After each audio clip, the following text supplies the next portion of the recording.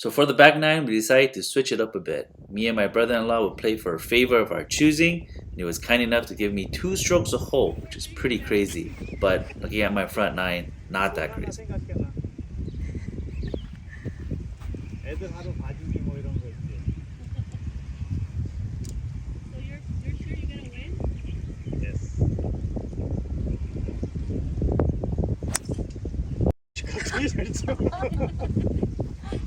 When you say 애들 봐주기? Never. 오 잠깐만. 오. 갑자기 이렇게 잘 있어? So that 4 hybrid tee shot felt incredible, and was super glad to see it in the middle of the fairway. 151 yards to the pin, and I grabbed my 9-iron, knowing that there was no way I could go over, right? Did it go over? I don't know. I think it's in the water. How did I go over? So yeah, I went in the water, but still happy with how good my last 2 swings felt. I take a drop and hitting for 4 off the fringe,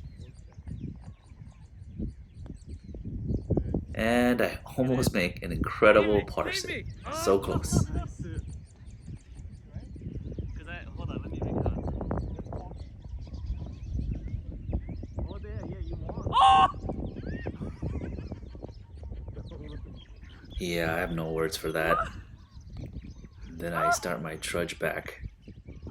To trudge the slow, weary, depressing yet determined walk of a man who has nothing left in his life except the impulse to simply soldier on. So I take a double on that hole, but with the 2 extra strokes gives me a par for our match, but still ends up in a tie. I got a par 5 here, hoping to take advantage. Have a decent drive, not the best launch angle, but happy to be in the fairway.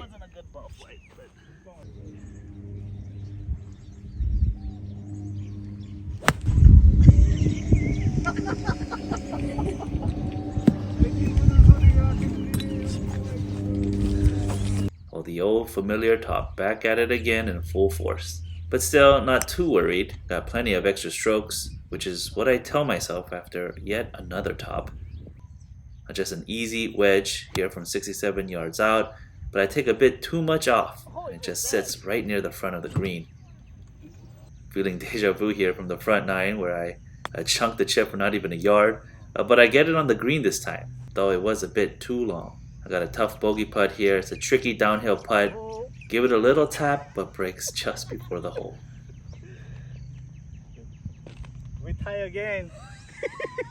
How am I not taking advantage of 2 extra strokes?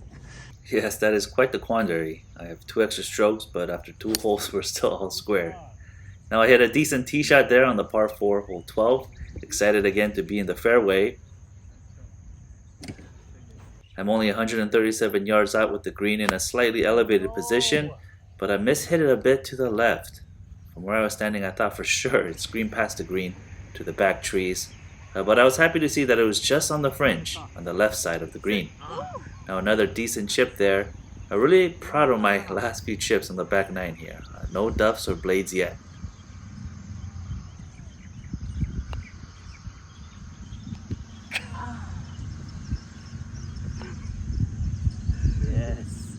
Yes. Oh, 넣었어야지. So it really is. You have to birdie every hole. Or you do triple. Or I do triple.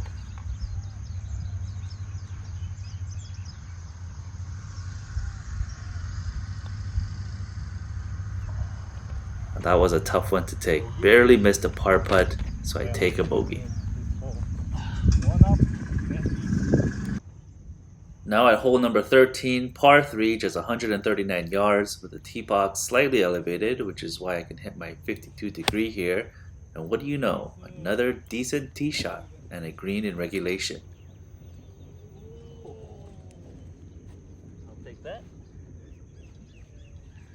A rare birdie chance here, putting uphill.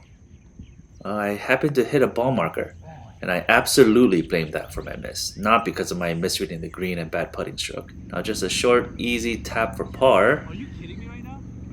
And another heartbreak. Birdie chance to 3-putt bogey.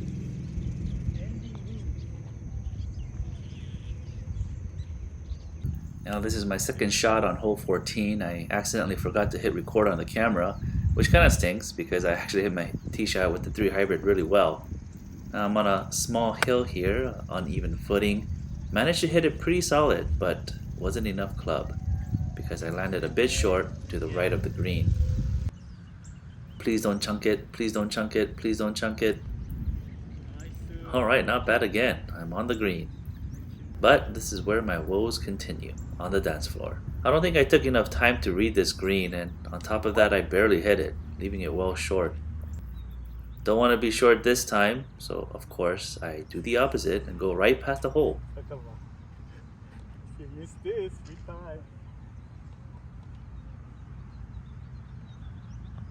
Another 3 putt and another double bogey. Double? I don't know. What was that? Now hole 15 is a 395-yard par 4. The green is located on the right side. My target line was close to that large tree there in the center, but my body had other plans as I pulled a shot left. Now even though I went the opposite direction of the hole, I was still on the fairway.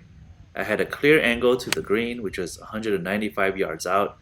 I knew I couldn't make it there with my 5-iron, but I was hoping for at least an easy chip in, which is what ended up happening. And my chip here unfortunately lands on a bit of a slope, so it releases and trickles to the right and away from the hole. I have an uphill putt here. It's a good stroke, but end up just short. I'm happy with that putt though, and I tap it in for a bogey.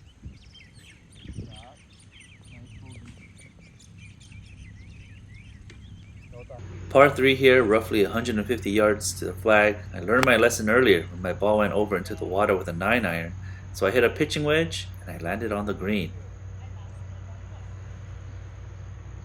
It's a long putt for birdie, but I just want to get it close so I can tap it in for a par. I thought I had enough on that stroke, but it wasn't enough and it dies fairly quickly. Now, I really wish this par putt was closer, but it seems to be looking good.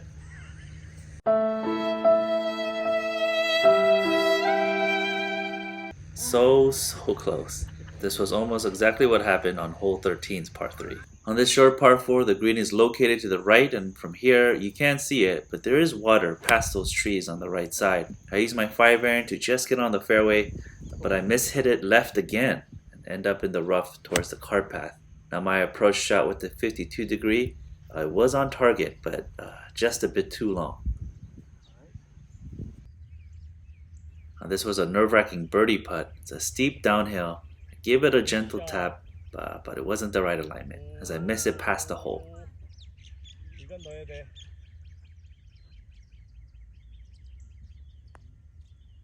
And 9 holes later, I finally make another par. Hole 18, now just look at that majestic view. It'd be a shame to cover that up with an ugly swing. But that's exactly what happens as I slice my drive badly to the opposite fairway. Now hitting off the next fairway, the green should be to the right of the big tree in front, but I aimed too far left. I hit it solidly, but in the wrong direction.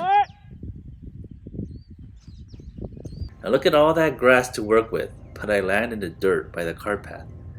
And normally I would just move the ball and save my club from damage because hey, I'm not on the PGA Tour. But on this hole, we were playing everything as it lies, and I actually managed a good out from there onto the middle of the fairway. Only 75 yards out, just an easy swing with a sandwich, but I dig in the grass again, and I sail my ball past the green. Now if I recall, we kind of stopped with the 2 extra strokes in the competition, because it did get a bit ridiculous, and it was just too big of an advantage. But I think we decided that this last hole would be a winner-takes-all kind of a thing. Hence my reaction to that approach shot that just sailed past the green. Now just doing some lawn maintenance, I felt really bad making these big ugly divots on this beautiful course.